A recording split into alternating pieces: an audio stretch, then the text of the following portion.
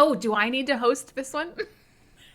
Welcome back to Two Birds, One Brain, One Truth on Romcom's podcast. Romcom's part 2 because we just couldn't stop ourselves. You know, if you remember... The subject is too important to us. I know. If you remember last time, we talked about what makes a rom-com and what doesn't make a rom-com.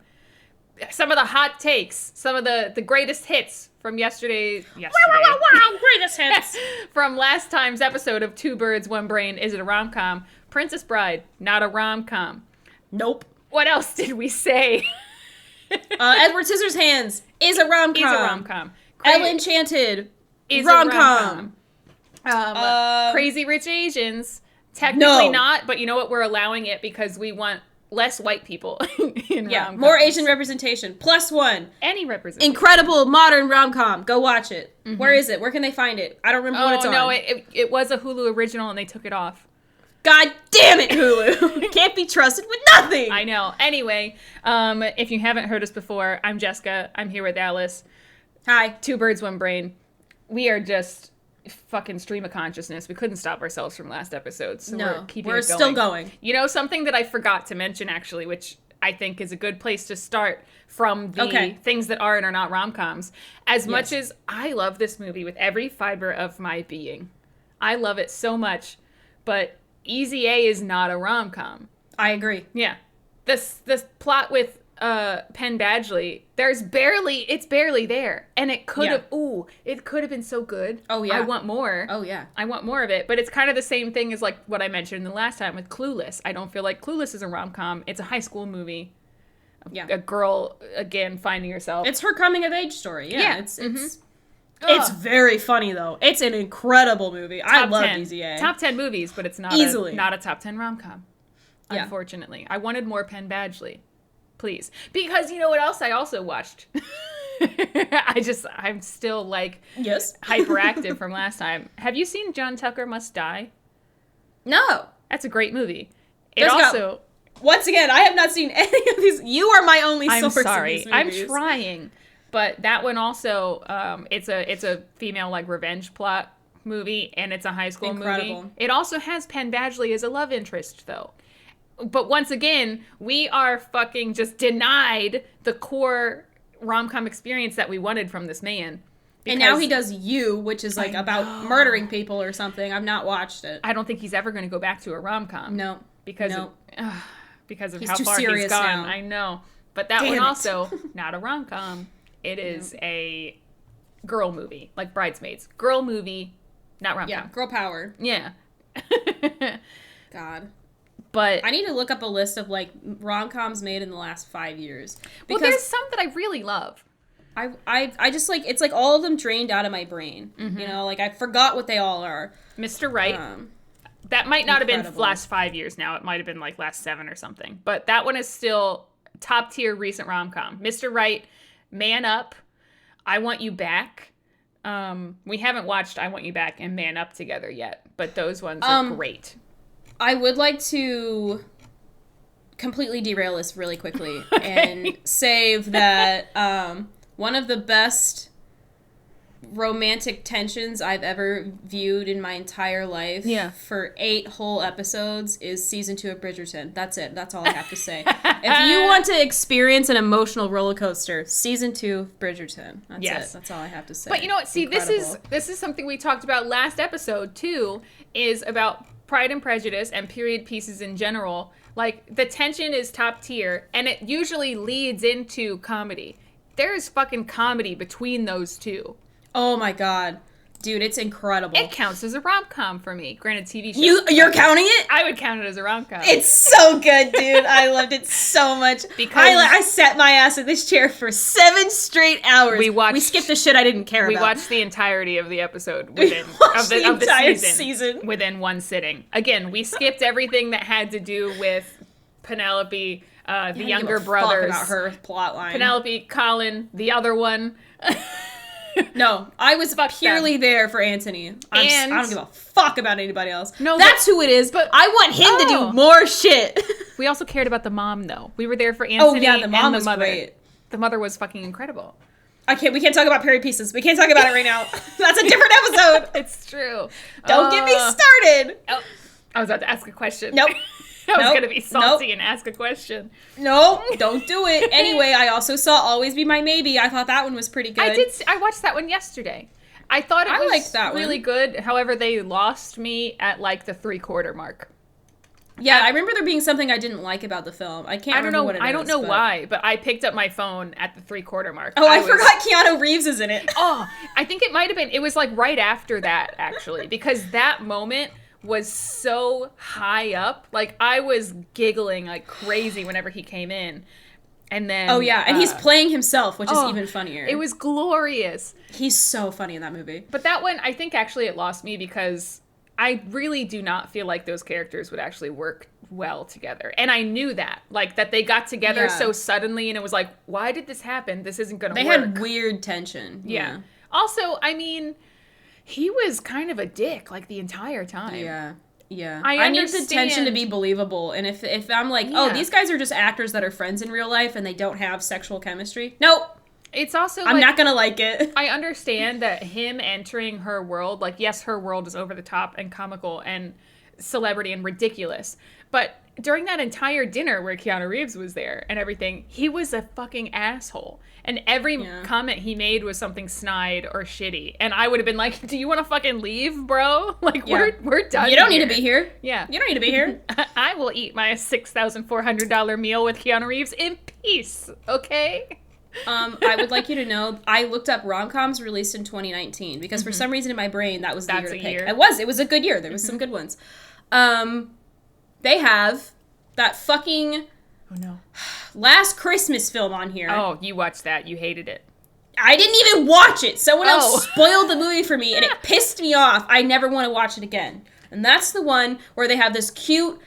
It's almost a rom-com, but the ending is enough for me to be like, no, bitch, get the fuck out of here. You don't deserve to be in here with the cool kids. Yeah. And I'm gonna ruin it for you. You're welcome. Yes, I'm spoiling it. It's a bitch. She has an illness. I don't know what it is. She works in a Christmas shop for an Asian family. Don't know why that's important, but they like make a very big emphasis to be like, she works for this Asian family that runs a Christmas shop. I don't understand. But she meets this man, and as you watch the film, no one else interacts with him. She's the only person interacting with him. And you get to the end of the film, and she's, like, learned to love herself. She's learned to love him. He's helped her, like, discover herself, you know, that whole thing. And he's like, I'm actually your guardian angel, and then just fucking disappears. Bitch. He's not a real person. So the entire movie, she falls in love with this man, and then he's not fucking real. And it's like, oh, but you love yourself now, and you can strive to be better because you knew me. And it's like, no, that's not what I wanted. You ripped the rug out. This is not a rom-com. Oh, the rom-com bait and switch makes me so fucking upset. Whenever the trailers show one thing and then it is something completely different, and I can and it's Emilia Clarke and Henry Golding. So I was really excited, and then someone's like, oh yeah, the end of the movie was really bad because he's not real, and I was like, bitch. Because I've mentioned this many times before. The one that really makes me the maddest is Remember Me with Edward Cullen, Robert Pattinson, and I can't remember the woman. And that's the one where, again, I'm going to spoil it because I'm going to save you grief if you have not watched this movie. So. But their love story is actually, like, it's pretty cute. It's, you know, he doesn't have a good job, I think, you know, and I've told you about this before. You know, he and this woman, they're falling in love. Her dad, like, has a nice big job in New York City. He's like, I'm going to bet, or no, maybe it was his dad. Fuck, I don't remember. I blocked it out. It was terrible. But either way, at the end, he's like, I'm going to better myself. I'm going to get a job. Like, he goes to meet the dad and is like, I'm going to work in the office. Like, I'll do it for her and for me. And then they pan out, and it's the Twin Towers. Oh, right. It's the fucking 9/11 It's the 9/11 movie. God, what the hell is that about? So upset. So upset about that movie. It's not even funny. And then the other one, which I think I talked to you about also, Love and Other Drugs with Jake Gyllenhaal and Anne Hathaway. They don't tell you there's going to be a mega illness moment. I mean, it's kind of implied, but like it's dark. Like, it gets really difficult. I just popped my knuckles. Yeah, you told me about this during one that before. entire... I heard it. I heard so you. Sorry. I got so grumpy. I had to release the tension. Oh, but that's the thing where they, like, promote it like it's funny and cute and everything's good, and then there's mega massive tension in the middle. Like, well, it was again, like crying, heartbreaking. What was it? Colossal? Oh, I don't know. With that Anne one. Hathaway, where she, like, was mentally linked to a monster that was destroying Japan. Oh, I've heard about that one. Yeah, and it was like marketed as being a comedy, but what it turned out to be was the monster was a representation of her trauma, and she was fighting her every time she and her boyfriend would have a fight.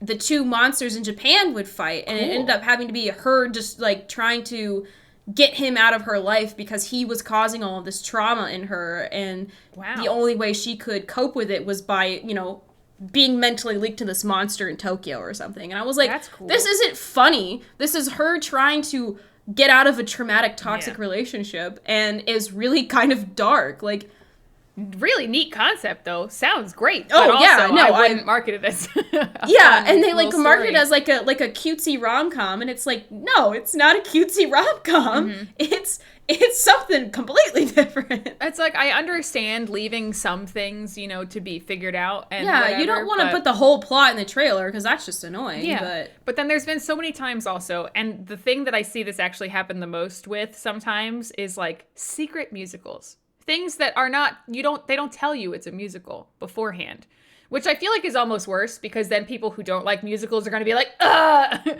you know, where meanwhile I'm like, you didn't tell me this was a musical, I would have watched it immediately, because that's what happened with Crazy Ex-Girlfriend, that wasn't even in the tags, I think, you know, however many years ago when I watched it at first on a whim on Netflix, and she starts singing within the first 5 minutes, and I'm like, is this the show? Is this a thing? It's a musical. Yeah, and then literally the same thing just happened the other day, because I didn't know that Guillermo del Toro's Pinocchio is a musical. It's a musical. I didn't know that. Yeah. I haven't seen a single scene of that movie that they've marketed with singing in it. I thought it was supposed to be terrifying or something. And I mean, yes, it's stop motion and it is creepy, but it actually looks pretty cute now that I've actually watched something for it. Yeah. Why would they not advertise that Ewan McGregor is Jiminy Cricket, and he sings. I have to watch it. God damn it. We're back to Moulin Rouge. I'm sorry. Can't take you anywhere. Like, why wouldn't they tell me that? I don't understand. Because then people who don't like musicals and don't want that, they're going to be pissed off when that all of a sudden happens to them in the movie. I would like to derail you very quickly here. Okay, go for it. Did you watch To All the Boys I Loved Before? Yes, loved it. Okay, that to me, rom-com. Yeah, top tier rom-com. Real good. The thing that killed me the most with that is that those two actors, out of the two people in that movie, who had more movies after that? Noah Centineo. Yeah. Are any of them good? No. They're all garbage. What? He was not the star of that movie. I don't know why y'all thought he was. Clearly it was my girl. Can't remember her name. But I only remember her character They made name. 3 of those movies. Jean. I only watched the first one. I watched the second one. I didn't need to watch. I shouldn't have. I didn't like it. So I know I don't need the third one. I found a list with the other ones, and he's on there. Yeah. With The Perfect Date, where I watched that one, I think. Creates the app where they're trying to make the perfect girl. Yeah. And it's fucking weird. Like, it's a weird movie. Well, also, he's the same actor every time. He just, whoa. Yeah. Whoa. Yeah, he doesn't change characters at all. He doesn't. He's the same dude in every film. Another shit that pisses me off. Yeah, it's true. You didn't change your character at all. And again, this is something we've talked about with many actors that we are impressed by as well. And what I've said before, I know talking about people who I really respect as actors. And again, it's not like it's the, oh my God, I think they're attractive, I want to watch everything they're in. It's that, no, every time I've seen you in something, you are a completely different human being than you were before. And I think that's amazing. And that's what I've seen with Charlie Cox and with, I've only seen him in something really twice now, but again, Anthony from Bridgerton, because he's about to be Fiyero in Wicked, which I'm very excited about. Oh my god, we're about to be awful. We're about to be so annoying with that coming out. I'm so excited. Yeah. Because everything I've seen him in, he's been completely different. Again, the first thing I ever saw him in was a BBC, like, Channel 4 show called Campus, which is one of the most offensive things I've ever watched in my life. Also, it was funny, parts of it, but also some parts of it I was like, oh, that's not okay.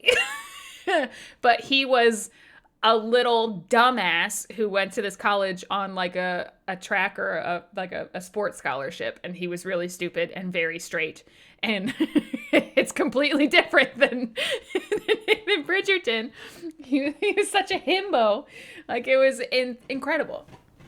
Okay, but can we talk about... No, we can't. No? It's a period piece thing. I can't. I'm sorry. I have to... No, I gotta rein myself in. His micro expressions are so incredible. Oh my god. That's what the girlies want. We want to analyze every single face detail.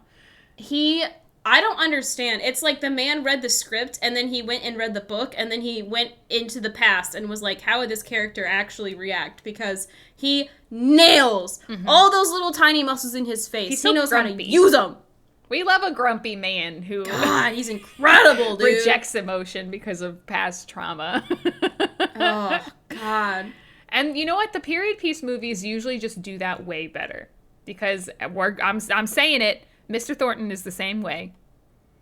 Grumpy man who rejects emotion because of trauma in his past. He has to be strong for his family. He can't let stupid little things get in the way. Oh, period pieces are top tier romance. I'm telling you. This is they're incredible. The after because the Is It a Romcom chat, the after and hours. And the thing is that you and I don't enjoy a whole lot of, like, I don't need the sex scenes. Yeah. I don't need them. They're not, I don't enjoy them. But to have all the tension building up to it, that was one of the things, like, I didn't like about season 1 of Bridgerton, is that half that story is their building of their relationship, and you know, it's very interesting and very like complex and really interesting to watch. And then the second half of it is she's just trying to get pregnant. Yeah. I don't care. We need no thank you. There needs to be an app where people can put like AO3 tags on Netflix titles and stuff, because I didn't know that the pregnancy thing was going to be a thing. And that would have immediately I would have been like, So I went to a secondhand bookstore the other day, and I saw Bridgerton on the shelf, and I was like, oh, I just want to, like, see what it looks like, because I knew it was a book, and I literally popped it open to the page where they're talking about where he is pulling out instead of, and it's like, that was the page. I opened right to it, and I was like, ooh. Oh, yep, glad I didn't watch that. I did not need to see this part acted out. This is the thing, too. So we said earlier... They described all of it in so much detail, too. I was like, I don't want you. I have a brain. I can 27 years old. I don't want to see it. I can fill in the blanks. Thank you very much. Okay? And better than... I think that also... We've said this before, I think, just talking to each other. With some of those things where it's written out or you see it, you know, in media, it comes down to a consent thing. I think, for the reader. And if you specifically, as the person taking in that media, are not like, yes, let's go, then it's like... I didn't go to that show seeking that out. I didn't want this. I do not consent It's like when I went to see the sequel to 300, which came out when I was in high school or college, whenever that came out. Yeah. And I was not aware that there was going to be a sexual assault scene in the middle of that movie. Yep. And I laughed through the whole thing because I was so uncomfortable. Yeah. Which made me feel worse, which made me laugh harder. It was just a cycle of uncomfortable laughter for the entirety of the scene. That's probably one of my worst cases of embarrassment, was just cracking up through a sexual assault scene in a film because I was so physically uncomfortable with because I didn't know what was going to happen. I was down for the gore. I was down for the bloody battle. I was okay with all of the swearing. Like, you know, I was okay with all that shit. And then suddenly I was like, oh God, somebody help me. Well, that's like, even actually Richard and I were talking about this the other day, because he's been rewatching Game of Thrones just because, like, not fully there's so much in that one, dude. And that was just such a wild time in our lives, okay, when we would go to our friends' houses and watch somebody either get like brutally murdered or get sexual assaulted or the actual worst possible things happen to somebody, and you'd watch it with your friends. Like everything was chill. Game of Thrones is fucked up. I remember when it first came out, and my brother was reading the books, and he was like, Alice, I'm telling you right now, because I was like, I might have been 13 or 14 when it started. He was like, you are not going to like this. Yeah. Do not watch this. Because the first episode, I saw the first episode where they're having sex in the tower, and they push the little boy out the top window.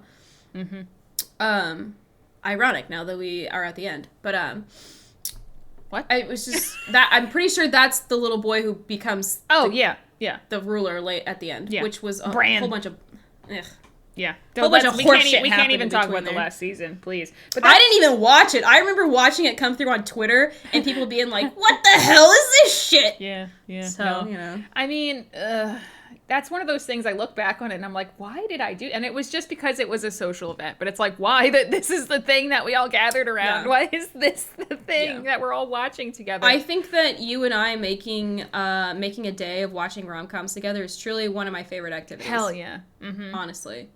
So because it's almost always a positive outcome. We're almost always either laughing and we're crying or crying and then laughing. One of the two is going to happen. Yep. Crying together usually, and then it's a cathartic event if something happens. And I try not to lead you wrong, or at least if there's a movie and I'm like, no, Alice, like this one's going to break you a little bit, but in a good way. Because again, that's how I feel about like +1 did that. You were like, no, you're going to like it. And I was like, I'm very wary.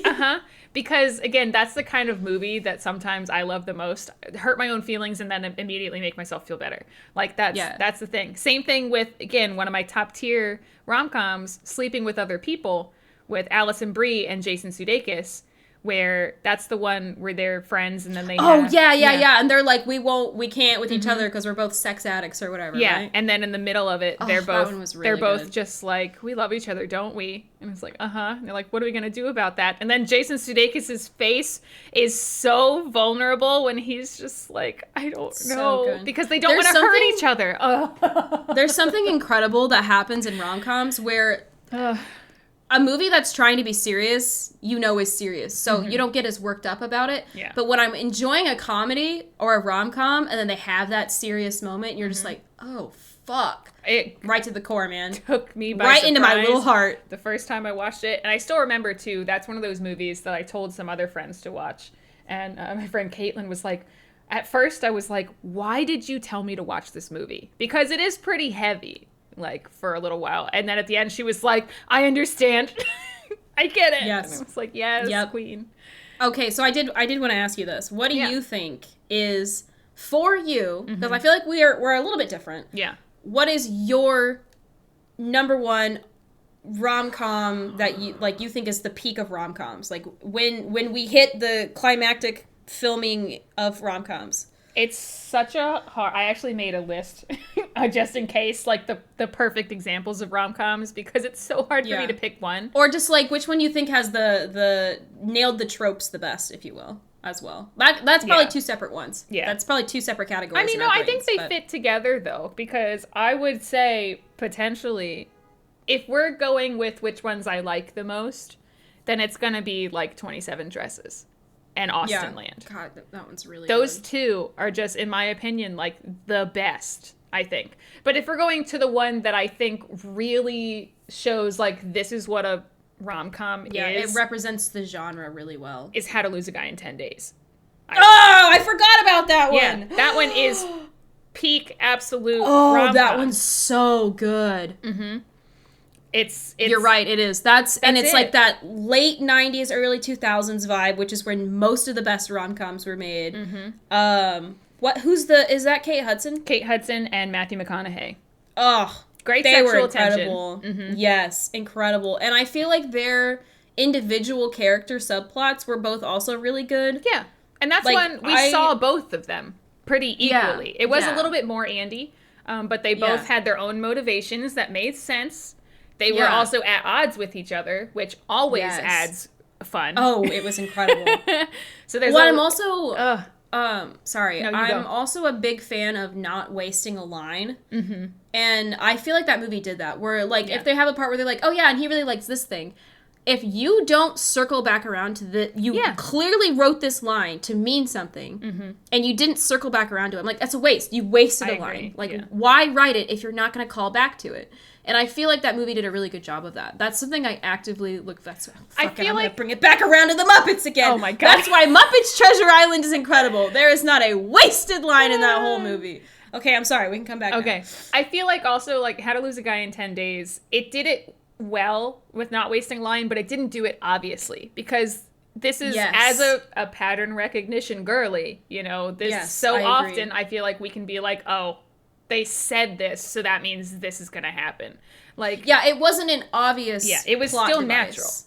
Natural. I feel like everything also in that movie was very much still within the realm of reality. Like, yes, this is something that someone has done before. And it made sense because, of course, like, yeah, she was being batshit insane, but Benjamin wasn't going to break up with her because of the bet. So, like, that unhinged stuff that she was doing was also still acceptable because he had a core motivational reason to not let her go.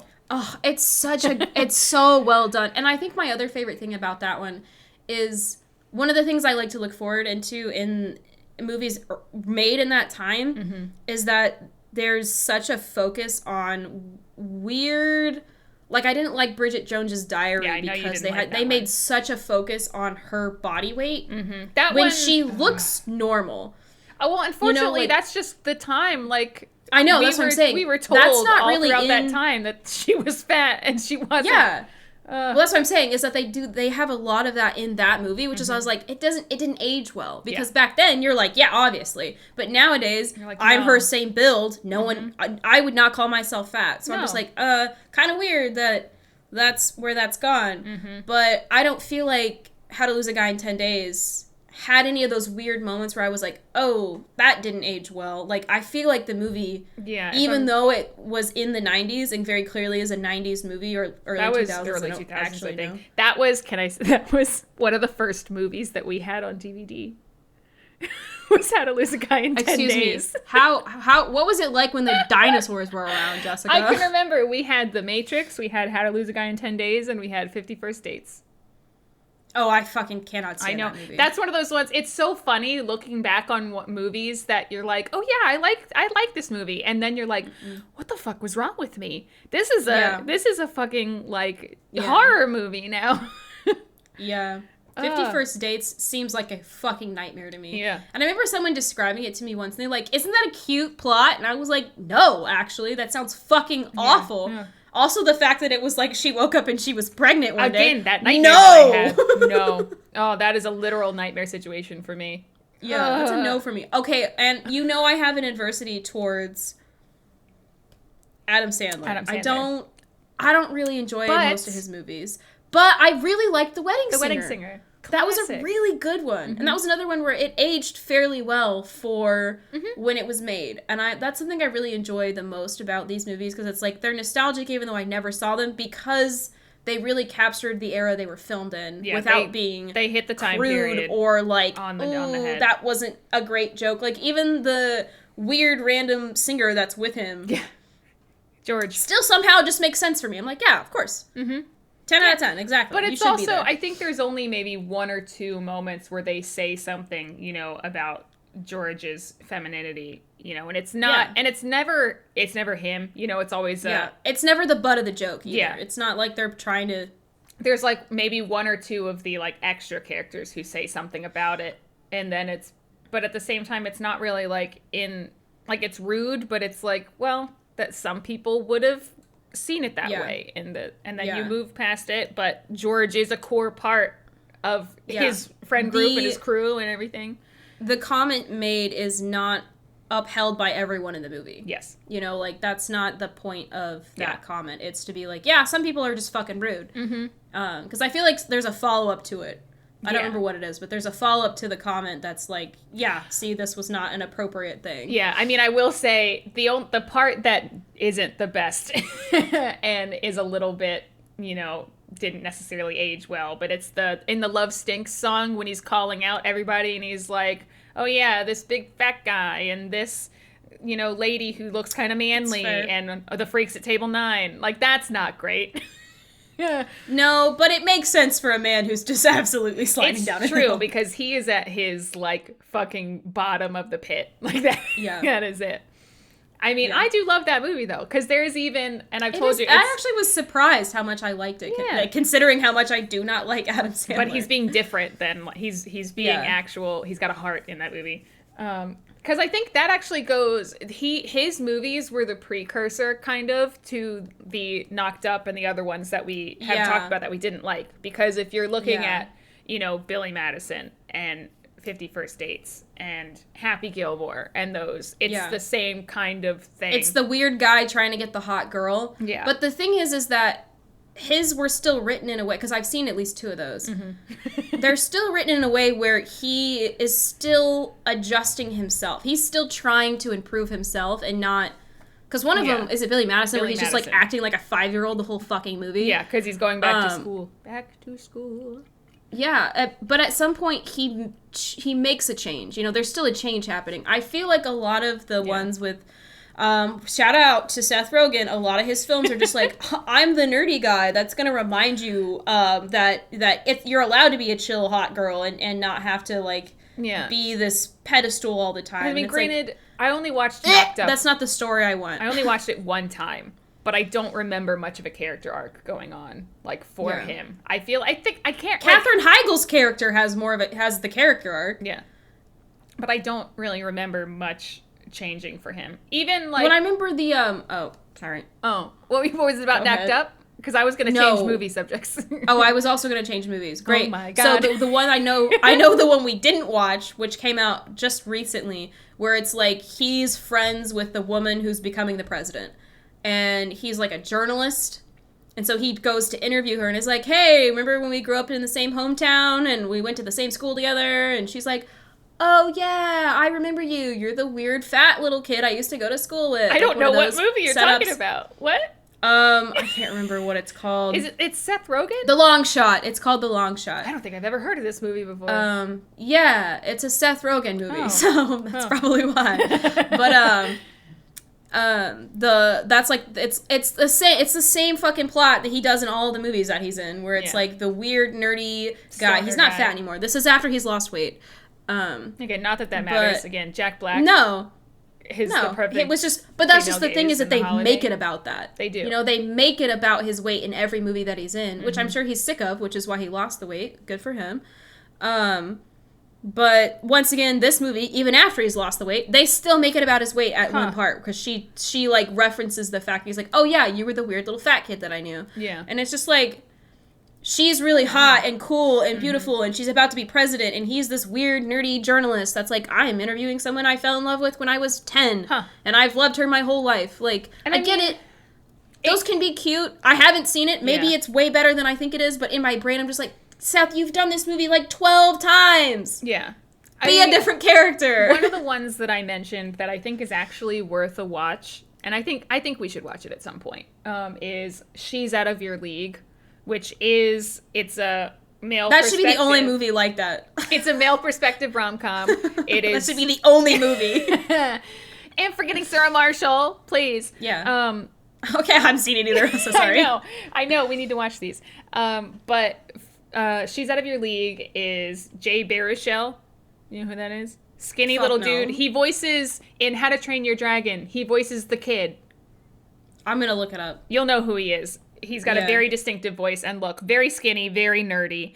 And the whole thing is he meets a woman she's a 10. She's absolutely gorgeous. And the whole time he is kind of plagued by insecurity that why would she like him? He's not good enough for her. He looks like the guy from West Side Story. The main guy? No. I mean, not the main guy. I mean the main guy of the Jets is what I meant to say. He looks like him. Similar, yeah. Similar font, I guess. Yes. Yeah, but like that's the whole thing. So there is actually some substance behind it, because at his core, like, he is a good person. He's still not a successful person. Like, I think at one part, you know, he's saying, like, he didn't go to college and he drives a Neon and he's not in shape and he's not attractive. So why? But that's his own, like, insecurities that are sabotaging his relationship with her. And I mean, yeah, the friends are all kind of assholes and everything. It is what it is. But some of those tropes in the male rom-com-ish movies you can't get away from, but I think at its core, well, and I feel like that's to an extent that's fair, because if that's the male perspective on a lot of these things, and I get it. I get why it's like the nerdy guy who wants the hot girl. It's like, yeah, I get it. That is like, that's what you're trying to achieve, and I understand that. Mm-hmm. It's just weird when they sacrifice all of her development for him to get the girl. And that's what really gets me, because Katherine Heigl's characters in all of her other rom-coms are very... She always plays like the uptight businesswoman, but in a really believable manner. She's not just like a no heart, I don't believe anything. Yeah. Her character in 27 Dresses is incredible. Mm-hmm. And they never sacrifice her core character elements for him. Yeah. And I feel like that... The characters in the other ones, usually in a male-oriented one, is that she either doesn't have a core element, so she's just kind of like a cardboard cutout of a person. Yeah. Or she ends up sacrificing something that's like a core character component. That's what I was going to say. Like, there's usually putting some of your dream aside for that. Giving up your magical powers. Going down a little bit. No! Yeah. We will not be doing that in this day and age. No. No, we will be villains and be keeping our magical powers. Thank you. Hell yeah. Villain arcs win. I agree with that. That's usually my main issue, but I think that also comes from you and I being very strong women, is that it's like, I will not be sacrificing parts of myself to... do that, which is, you know, I don't need to get into that right now. I will say there is one movie that I can think of, but again, like we said, I think in the last episode, you can have the male love interest or even the main character or whoever, they can be unlikable. They can be an asshole. Not the whole time. They need to have a character shift. And speaking of Miss Katherine Heigl, again, another rom-com queen, Love movie her. Where I feel like this was done appropriately and where... you know, there's a shift in behavior that I think is believable, is The Ugly Truth, where, again, we watched that one together. Yes, that Gerard one was Butler really good. Starts out as a chauvinistic male dickwad. He's like the precursor to Andrew Tate. Yeah, he's just talking about, you know, only sex, women aren't worth anything, blah, blah, blah, because he's had his heart broken majorly in the past, which is not an excuse. Yeah. But he realizes, because he, since that, had never let himself become that close with a woman again. Yeah. That he does fall in love. Yeah, with Katherine Heigl, and realizes that he loves her for who she is, not what he made her into. And that scene where he realizes and is going to go tell her. I forgot how good that movie is, Jessica. I'm remembering. It's so good. Do you remember when he's walking down the hallway talking to himself and he's like, hi, I just want to tell you, you know, like he's trying to figure out, he's rehearsing what to say and he's losing it a little bit. Yeah, and he's like freaking out. Mm-hmm. Oh. It's so real and so good. So like, it can be okay. As a person, you and I get this, as people who don't really like children. Yes. I don't really like children. No. I don't always love when they bring the children in as a, like, I don't even know how to describe it, but I feel like The Holiday does it really well, where bringing in the children makes sense, and it doesn't feel weird, and it doesn't feel like, oh yeah, and here are my cutesy children. Like, the daughters in that movie are really funny. They're adorable.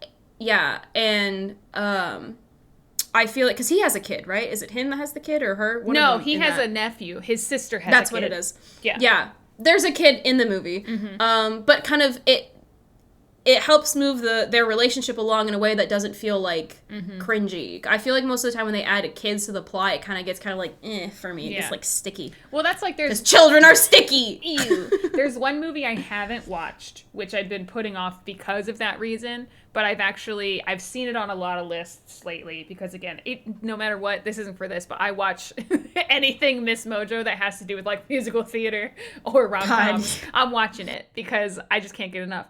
But definitely Maybe with Ryan Reynolds.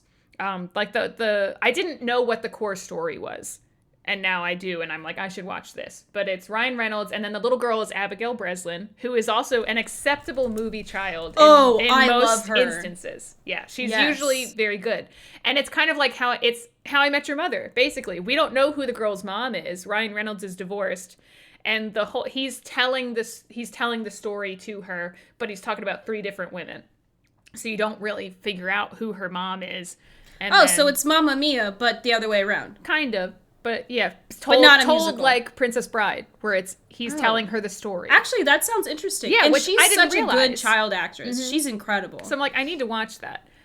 The other one that's like that, because also, you know what trope I love, which is also why I was like, I'm probably gonna enjoy Always Be My Baby, is if there is a female chef, because they're always. What? They're always so, like, again, kind of uptight. They have a hard exterior. Yeah. They need to be broken down, usually with cooking food with somebody else, and it's who, changes them. It's so nice. So I think it was it No Reservations, the one with Catherine Zeta-Jones and the guy who plays Two-Face. I like Catherine Actually, Zeta-Jones. I think that also might be Abigail Breslin is the child in that movie, because it's one of those ones She's the child in every movie, Jessica. I know. It's one of those ones where Catherine Zeta-Jones' sister dies, so she has to take care of the kid now, which usually is something that I don't like. But it's done with more heart than like some of the other ones are. Catherine Zeta-Jones is still trying to cook really fucking fancy meals, and she's like, I don't want this shit. Just give me mac and cheese. And then, the guy helps her open up and find herself. It's really cute. You look like you want to say something. I saw that Rachel Weisz was in the Definitely Maybe. And I didn't know that. And that leads me around to another question for you. I know what you're going to ask me. You already know where this is going. I know what you're going to ask me. Is The Mummy a rom-com? No. Why not? It's an action movie first. Yeah, but is it also a rom-com? We just talked about this last episode. If the action outweighs the romance, then I don't think it's a rom-com. At its core, it's not a rom-com. No. But it's pretty fucking funny. If you took out everything else and just had it between... I just want to talk about Brendan Fraser, okay? You know what? That's it. That's who we wanted to do more rom-coms. It was Brendan Fraser. Well, apparently Get that man back! Apparently there are some. We just haven't seen them. Where the fuck are There's they? one or two that I keep seeing on my HBO Brendan, list. where are you? There's one or two I keep seeing, and I'm like, is this a rom-com? Should I watch it? But I've never really heard anything about it, so... And instead, we have to go rewatch the ones like, is it Airheads? Oh, he's gorgeous in that movie. His hair is so long. I've only seen George of the Jungle and The Mummy. Oh my god, we need to watch Airheads. You're gonna I haven't lose seen any your of his shit. other stuff. Oh, yeah. It's so good. And Inkheart. I watched Inkheart because I read the book. It wasn't that good. He's got like he's cut the sleeves off his t-shirt and it's a little bit too short. Is he? You're gonna love it. He's in G.I. Joe? Oh, I didn't know that. I didn't know that. Have you never seen... wait. Oh, here's one. This is... Since you haven't seen it, so it's not going to make sense to you, but I would say we need to watch Blast from the Past. That is a rom-com, I think. Okay. Well, ooh, yes, that's a rom-com. I don't know. I can't help you. I have no idea what it is. The story is... so he, as a child, like, in the 60s? Whenever the Cuban Missile Crisis was going on. Oh, good. Yes. But the whole thing is he and his parents had made a bomb shelter underneath their house. They thought that nuclear doomsday was happening, so they went down into the bomb shelter because there was like a part of an airplane or something that fell into their backyard. So they stayed underground for several years, for a long time. And then the whole thing is then like, the timer goes off. It's Christopher Walken is his father in the movie. I forget who the mother is. Looks like it'll be incredible. It's really good. It's really good. And then... I'm ready for that Brendan Fraser seasonal depression, kids, because it's almost over. He has to go back up to the surface to make sure that everything's okay and get them supplies and stuff. And then he figures out, oh, the world didn't end. Everything was fine. And he falls in love with Alicia Silverstone. It's great. I'd say it's a rom-com, I think. That sounds incredible.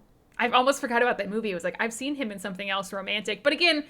his character is... You've been hiding this from me? I forgot. Unbelievable. His character Jessica, you've had one job for 2 years. Oh my god, it's been 2 years. But you know what? That's not my fault because it is few and far between sometimes And I am always trying to get you to watch a rom-com, and sometimes you just want to watch a little Disney movie or something, and I get it. You know what? That's fair. Sometimes I'm just not in the mood. There's so many things. I did remember one. Are you a Reese Witherspoon fan? Yes and no. Okay, Sweet Home Alabama. I hate it. Okay, I liked that one. They're both terrible characters. I think the only one I like, that is the only one that's like the most hallmarky movie that I will enjoy is Sweet Home Alabama. And that was it. They're just both that awful. One. Patrick Dempsey is not a bad guy. I watched it in college, so I don't really remember it. So he's not. But what's the other one? What's the other one where she's in a coma in the hospital? Oh, and Bruce Banner is there. Lindsay's favorite, Just Like Heaven. Just Like Heaven. Yeah. I loved that movie. She's a ghost, but not a ghost. I cried so hard in that movie. I liked that one. I think I've only seen it the once, though, really. I need to watch it again. You want to watch it? I'll watch it. Hell yeah. There's also... Oh, fuck, I had something. Hold on. Okay. Hold on. I'll get it back. I can do it. Ooh, how do you feel about 13 going on 30? Never seen it. Okay. I don't know. We should maybe watch it so you have an opinion. But I know that's one of those ones... People absolutely love it. But for me, the whole concept kind of gave me ick from the beginning. And that's the whole thing that she makes a wish when she's 13. She wants to be 30, flirty, and thriving. She is 13 years old and gets put in her 30-year-old body. So she is a minor this entire time. Granted, that's weird. Nothing untoward happens. You know? She just realizes what her life could have been like if she fell in love with her best friend. But it's still just like, it gives me the weird... I would like you to know that the other movies related category to this one on Google is Big, 17 Again, and both Freaky Fridays. Oh, I love Freaky Friday. I also do love Big, but that one is worse with that because there is like actual kind of romance. Does he kiss somebody in that one? I don't remember. I can't remember. I only remember the piano thing. I think that's the most I remember from that.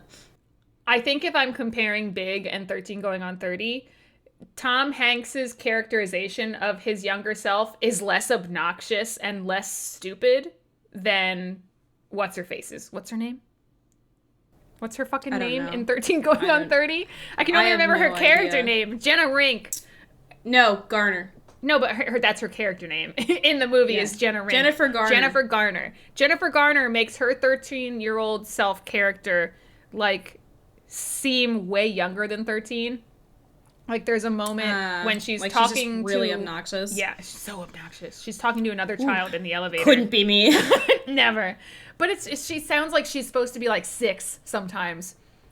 Another girl's like, "Oh, I like your dress," and she's like, "It's because I got these great boobs to fill them out." And I'm like, "That's not. I don't think that's just not a line a child would. That's just not what a child would say. It's just a little bit too like infantilized for me. It's weird. So Jessica, I am a little upset that you didn't ask me what my peak rom-com movie was. We got distracted. I'm so sorry.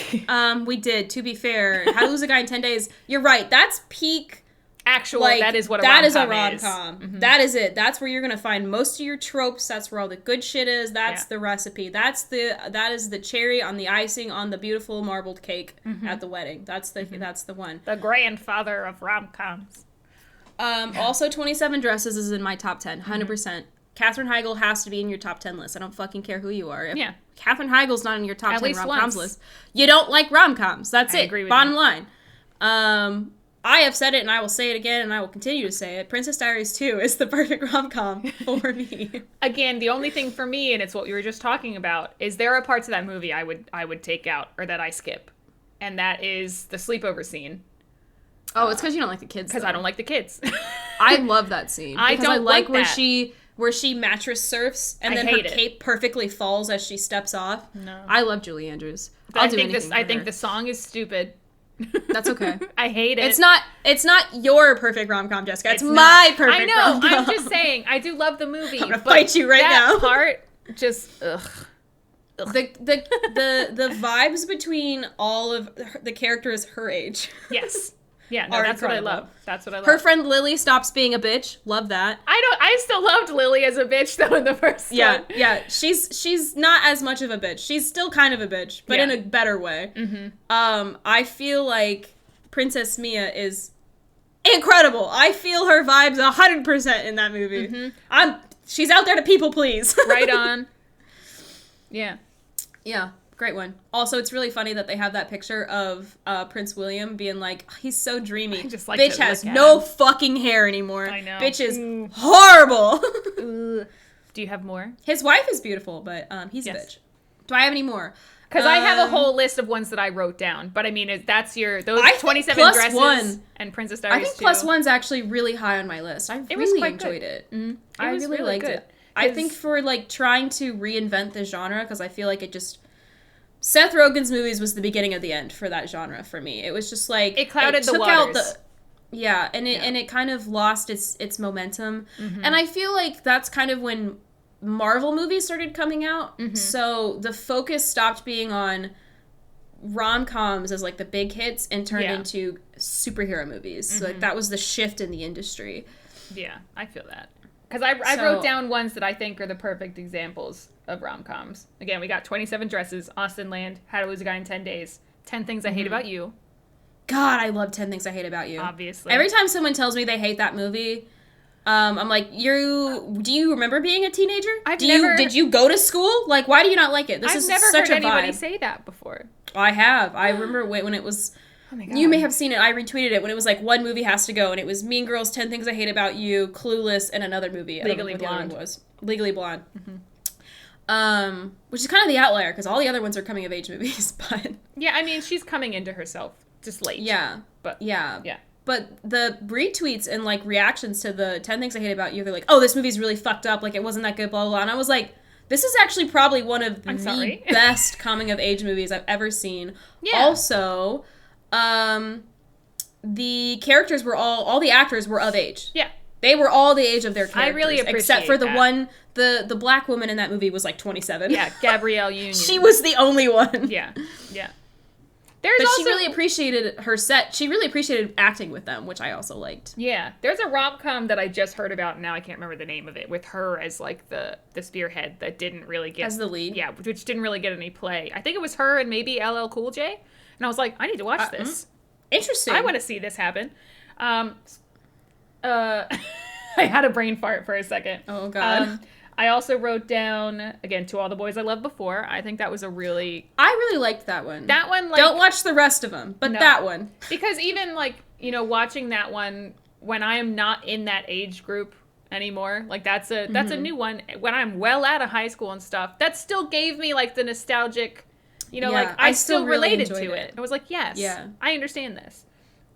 We watched The Wedding Date together. That's the one with Grace. Will and Grace. And, yes. And the redhead and the guy with the lip scar. Yeah, and the guy that she hires to go to the wedding with her. Mm-hmm.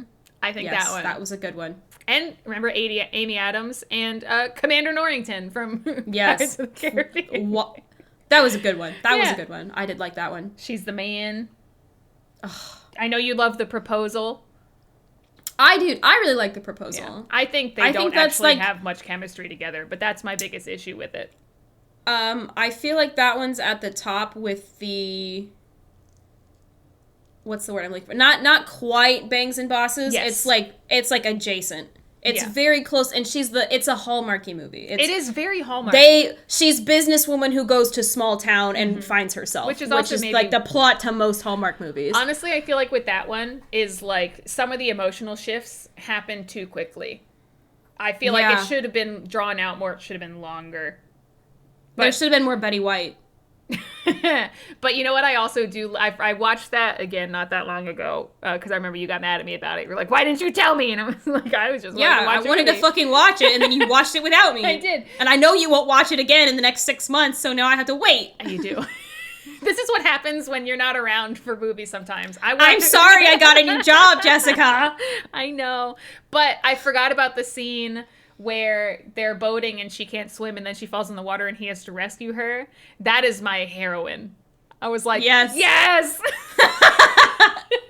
She's weak. All right, now. That's my question. That's our final comment. What is the trope you will die for? It's enemies to lovers, and it's like some sort of damsel in distress moment, even though I fucking hate that about myself. but that somebody almost dies, and then they realize they don't want to lose that person, and that they actually do care. Give it to me. Yeah, mine's the soaking wet moment, where they that could mean anything. It's her almost drowning. It's got caught in the rain, and they're like, oh, I don't have an umbrella, and I got caught in the rain, and he's like, use my umbrella. Like, whatever the soaking wet moment is, that is a great. It happens in Pride and Prejudice, not the movie, but the TV show. Where he walks out of the lake soaking wet. Once again, that counts. There's technically a soaking wet movie moment in the movie because the gazebo, the whole thing, they're soaking wet. Oh, yep, soaking wet moment. See, I'm telling you, I love the soaking wet moment. I don't know what it is that it's like any scene where you make them soaking wet is immediately more emotional because it's embarrassing to be soaking wet. When you're trying to be like, I'm being calm, cool, and collected, but you're drenched. Yeah. It's in Princess Diaries too. She falls in the pond with him. That's true. Incredible. That's fucking good. You need to watch more John Cusack movies because that is a trope with John Cusack is he doesn't understand how rain works. Motherfucker is always standing out in the rain. Hell yes. I love it. I love a soaking wet moment. That's his thing. Tom Hanks is always peeing sometime in his movies. Brad Pitt always got something in his mouth. Tom Cruise is always running. And John Cusack doesn't understand how rain works. Excellent. I'm down. Things. Oh my god. I don't know if we need to say anything else. I think we're good. You've listed off movies that if you've never seen rom-coms or you have no idea what the fuck we're talking about, that list she just rattled off that took us 10 minutes to read because we have ADHD. Yeah. That's what you need to watch. Those are it. Those are the ones. There are so many. Highly recommend them all. They're incredible. Katherine Heigl is absolutely queen.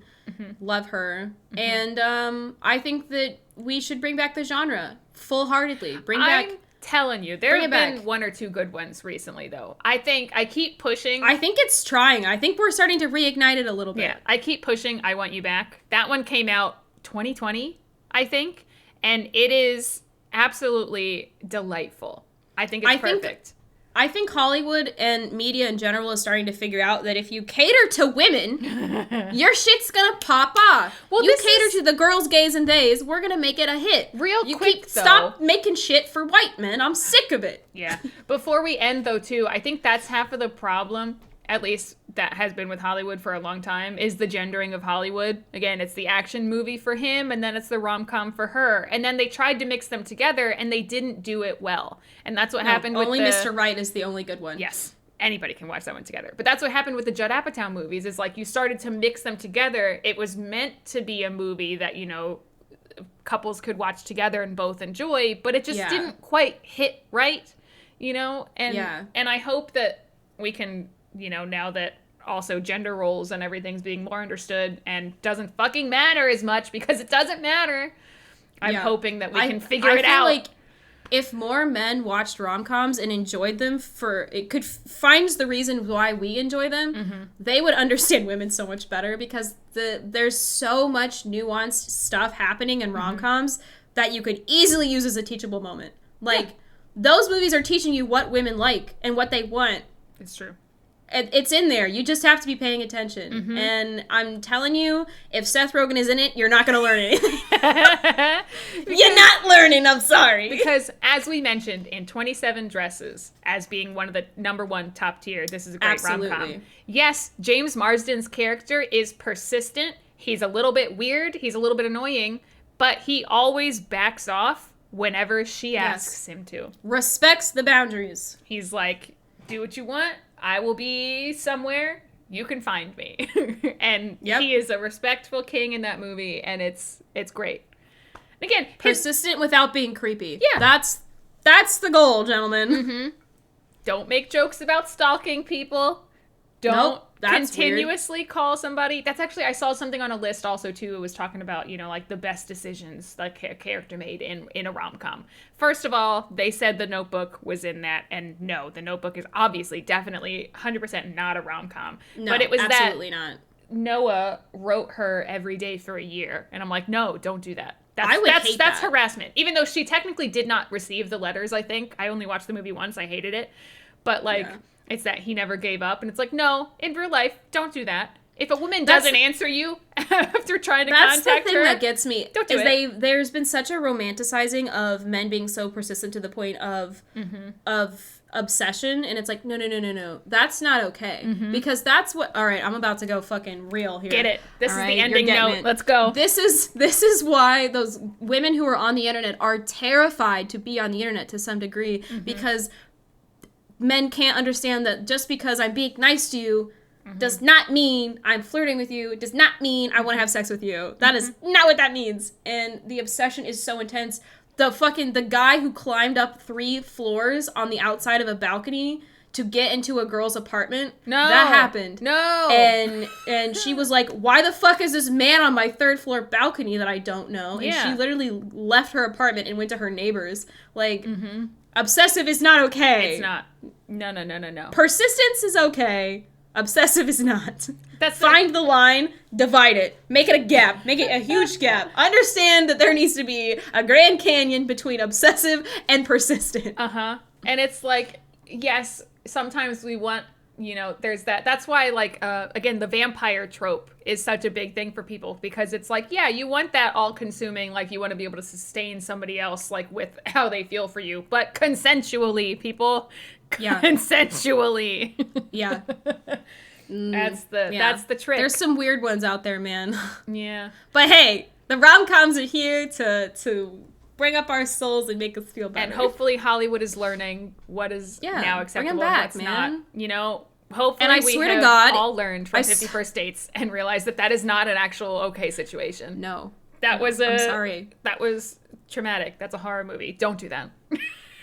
I would love Oscar Isaac to do a older man rom-com. He's got the professor vibe going on right now. I would kill for it. But also, I don't want a professor-student relationship, even though he's got that vibe. But like just the look of the professor, I mean. But professor, and then a new teacher.